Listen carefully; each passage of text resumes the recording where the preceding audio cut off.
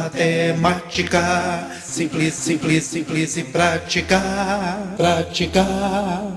Olá, o meu nome é Dimas, eu sou professor de matemática do canal Matemática Simples e Prática e estou tendo o prazer agora de, em 2021, poder compartilhar conhecimentos dentro da área de matemática com você. Se você é um aluno ou uma aluna motivada que quer aprender um pouco mais de matemática, é muito bem-vindo ou muito bem-vinda a essa videoaula. Dentro do tema Equações do segundo grau, plano cartesiano e funções da página 23 da apostila do PET, eu trago para você, feito com muito carinho, com muito capricho, com muito zelo, a correção das atividades 1 e 2 da semana 3, primeiro ano do ensino médio, plano de estudo tutorado, volume 1 de 2021.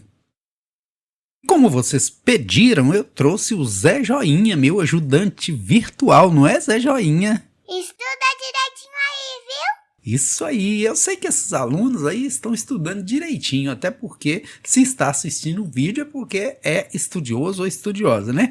E, Zé Joinha, você acha que matemática é difícil? Não. Matemática é? Fácil. Isso, matemática é fácil. E eu estou aqui para te ajudar a fazer com que realmente a matemática fique fácil. Olha, a proposta é a seguinte: a soma das raízes da equação x² mais 3x sobre 6 igual a 2/3 é igual a quanto? Como eu disse, eu estou aqui para facilitar para você, para desmistificar que a matemática é difícil. Não é que a matemática seja difícil. Muitos professores até aterrorizam os alunos. Estuda direito porque matemática é difícil e tal. Não, matemática não é difícil. Às vezes é porque a gente ainda não tem as ferramentas corretas. Por exemplo, quando pede a soma das raízes, o que é raiz? Raiz é o valor de x, não se esqueça, raiz é o valor de x. Se pediu a raiz, pediu o valor de x. Raiz é o valor de x, raiz é o valor de x, raiz é o valor de x, raiz é o valor de x. Mas para eu encontrar esse valor de x, tem algumas regras. Primeira delas, se é uma equação fracionária, aqui eu tenho 6, aqui eu tenho 3, eu tenho duas formas de resolver. Uma delas é encontrando o MMC, o menor múltiplo comum, dividindo pelo denominador, multiplicando pelo numerador. Essa é a mais difícil. E agora, a forma mais fácil é você multiplicar cruzado. Chama produto dos meios e dos extremos.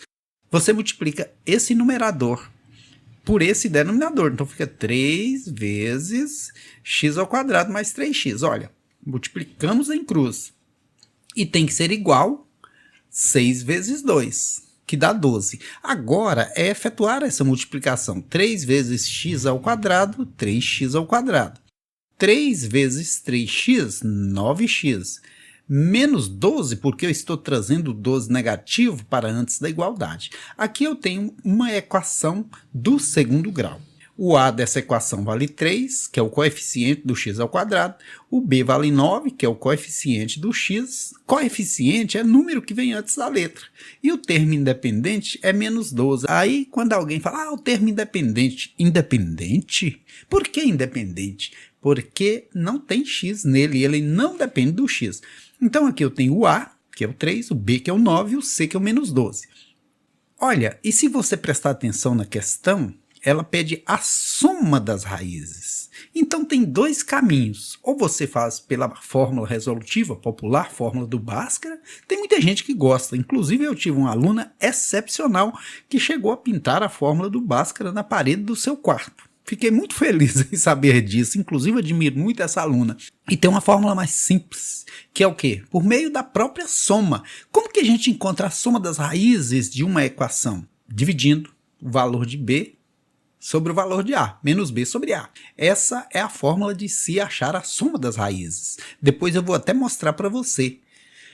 Soma vai ser menos b. Como b é 9, menos 9 sobre o a. Como o a é 3, soma vai ser quanto? Menos 3. Então eu tenho que somar as duas raízes, os dois valores de x dessa equação, porque ela é do segundo grau, aqui no caso vai dar dois valores, e tem que dar menos 3. Mas certo é que o que foi proposto eu já resolvi.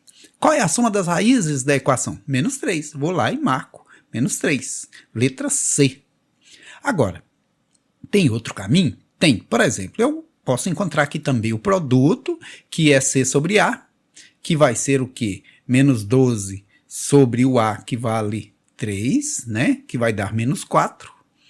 E já posso até encontrar os valores de x aqui, não que tenha sido pedido, mas eu posso encontrar, olha, se a soma de dois números é menos 3 e o produto de dois números é menos 4, para que esses números sejam inteiros, ou vai ser 2 vezes 2, que dá 4, produto é conta de vezes, ou vai ser 4 vezes 1, que dá 4.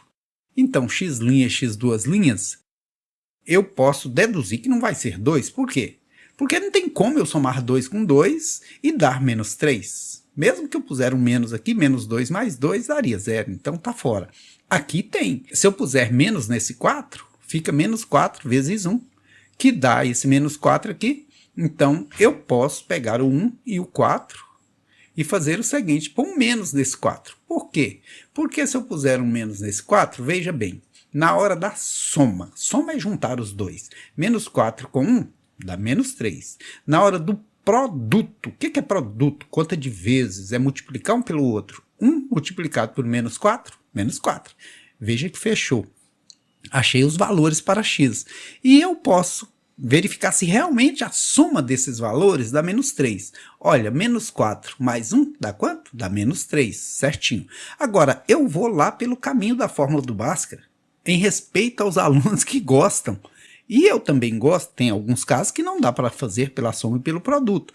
Certo é que se você encaixar esses valores aqui dentro, é mamão com açúcar. X é igual a menos b, que vai dar menos 9, porque o b é 9 negativo. Mais ou menos a raiz quadrada de b ao quadrado, que é 9 ao quadrado, porque o b é 9, menos 4, que multiplica o a, olha aqui, ó, 4 que multiplica o a, que é 3, que multiplica o c, que é menos 12, sobre 2 vezes a. Ou seja, 2 vezes 3. E ainda tem o seguinte, há uma forma também de resolver falando raiz quadrada de delta. Porém, o delta é b ao quadrado menos 4ac. Então, já faço aqui direto. Quem quiser fazer o delta separado e colocar o resultado aqui dentro, ótimo. Então, x é igual a menos 9, mais ou menos aqui dá 81. 4 vezes 3, 12, vezes 12, 144, menos por menos, mais. E 2 vezes 3, 6. Aqui, 81 mais 144, 225. Agora, o x é igual a menos 9 mais raiz de 225 é 15. Aqui eu tenho que fazer duas ramificações. Por que isso? Porque eu tenho um sinalzinho de mais e outro de menos. Usando o sinalzinho de mais, menos 9 mais 15 dá quanto? 6. Sobre 6 que dá 1. A ramificação com o sinalzinho de menos, eu vou usar aqui menos, olha, esse menos aqui. Então, 9 negativo com 15 negativo, 24 negativo sobre 6, que dá 4 negativo. Olha, achei as respostas, as raízes. Raiz é o valor de x. Somando-as, menos 4, mais 1, menos 3. Beleza? Vamos agora à correção da atividade número 2. Muito importante, aqui já misturou, fez uma sopa, né? Quando representamos duas funções, uma do primeiro grau e outra do segundo grau, com as seguintes características como segue, olha, a do primeiro grau, variável x. O que quer dizer isso? Função do primeiro grau, geralmente você pode representar por f de x. F de x é igual a não sei o que, mas não sei o que. F de x é igual a uma certa quantidade de x. Na variável x tem quantos? Tem 1. Então você vai pôr x. Nem precisa pôr 1x, né? E no termo independente você vai pôr 5. Por que independente? Porque não tem x nele. Essa é a função do primeiro grau. Olha, simplifiquei a ideia do texto aqui, ó. Português é muito importante para a matemática. Muitas vezes o português leva o aluno a fracassar na matemática. Por quê? Porque ele não sabe interpretar. E interpretar é importantíssimo. Disse variável x. E a variável x é 1, né? 1x. E termo independente. Independente por quê? Porque não tem x no meio. E agora a função do segundo grau eu vou chamar de g de x, só para diferenciar. Como eu já chamei do primeiro grau de f, a do segundo grau eu vou chamar de g. O coeficiente numérico em x2, é 1. Então, 1x2, quando a gente diz 1x2, não usa o 1. Coeficiente numérico em x é menos 1, ou seja, menos 1x. Também não usamos o 1, mas é menos 1x. Porque aqui só tem 1, a gente não está vendo 2 nem 3, não é isso? termo independente. Por que independente? Porque não depende de x, não tem x no meio dele. Então eu já tenho a função do primeiro grau e do segundo grau. Então aqui diz o seguinte: quando representamos duas funções, uma do primeiro grau e a outra do segundo grau, com as seguintes características que a gente falou, quando representamos elas, qual o ponto de interseção? Qual o ponto que uma cruza a outra, encontra com a outra? Se uma encontra com a outra, quer dizer que naquele ponto elas são iguais. Tanto são iguais que uma cruzou com a outra. Então eu vou igualar essas funções. Vou pegar essa aqui, ó, e dizer que x² menos x mais 2 é igual x mais 5. Por que eu estou dizendo que é igual? Porque elas se interceptam, elas se encontram, é o ponto que elas são iguais, né? Então, aqui eu vou organizar x² menos x, que é esse, menos esse que passa para antes da igualdade, mais 2, que é esse, menos 5, que passa para antes da igualdade. Esse com esse dá 2x negativo. Quem tem 2 e perde 5 fica devendo 3. O A vale aqui 1, o B menos 2, o C menos 3. Agora, para resolver essa equação, eu tenho duas maneiras, como eu disse, ou pela soma e produto, ou pela fórmula resolutiva, popular fórmula do Bhaskara. Eu vou aqui pela soma. Soma é menos B sobre A. Produto é C sobre A. Menos B sobre A é menos 2 sobre 1. Porém, já tem um menos no 2. Tem um menos na fórmula, vira mais. Então, vai dar 2 positivo. Produto é C sobre A, menos 3 sobre 1, que é menos 3 mesmo. Agora, o desafio é encontrar dois números que, somando, a gente encontra 2, multiplicando, porque produto é vezes, a gente encontra menos 3. Quais seriam esses números? Para que o produto seja 3, só dá certo 1 vezes 3, ou 3 vezes 1. Então, um desses números é 3 e o outro número é 1. Porque assim, olha, 3 vezes menos 1, produto, conta de vezes, dá menos 3. 3 menos 1. Soma, né? Se juntar os dois, 3 menos 1 dá 2, certinho? Então aqui eu achei os dois valores de x, porém aqui diz o seguinte: encontramos um ponto. E aqui, na verdade, tem o x de um ponto e o x de outro ponto. Uma das coisas que tem que ficar muito clara quando se trata de par ordenado é que o primeiro representa o x e o segundo representa o y. Se eu pegar esse x valendo menos 1, eu vou em qualquer uma das equações e eu acho o y. Por exemplo, aqui vai ficar o quê? Vai ficar y ou f de x, que é a mesma coisa, é igual a menos 1, que está no lugar desse x, mais 5. Quanto que é menos 1 mais 5? É 4. Então o y vale 4. Achei aqui, olha, que está batendo certinho. Quando eu usei menos 1 no lugar do x, olha ele aqui, quem que eu achei para o y? 4. Ah, professor, mas e se eu pegasse a outra equação? Tem que dar certo. Por exemplo, se você pega menos 1 no lugar do x, vai ser y igual, porque g de x ou y é a mesma coisa.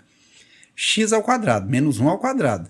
Menos 1. Aqui que tem que ter cuidado. Tem um menos aqui e tem outro menos aqui. Então, olha, tem que colocar os dois. Mais 2. Então, vai ser y igual. Menos 1 ao quadrado dá 1 mesmo. Não é isso? Menos por menos dá mais. E 2 continua aí. Então, y vai ser igual a quanto? 1 mais 1, 2, mais 2, 4. Veja que bacana. Achei a mesma coisa por um caminho um pouquinho mais longo, né? Então, é isso aí. A alternativa correta, sem sombra de dúvidas, é a letra B. B de bom dia, boa tarde, boa noite. Olha, e como eu disse, eu estou aqui para facilitar.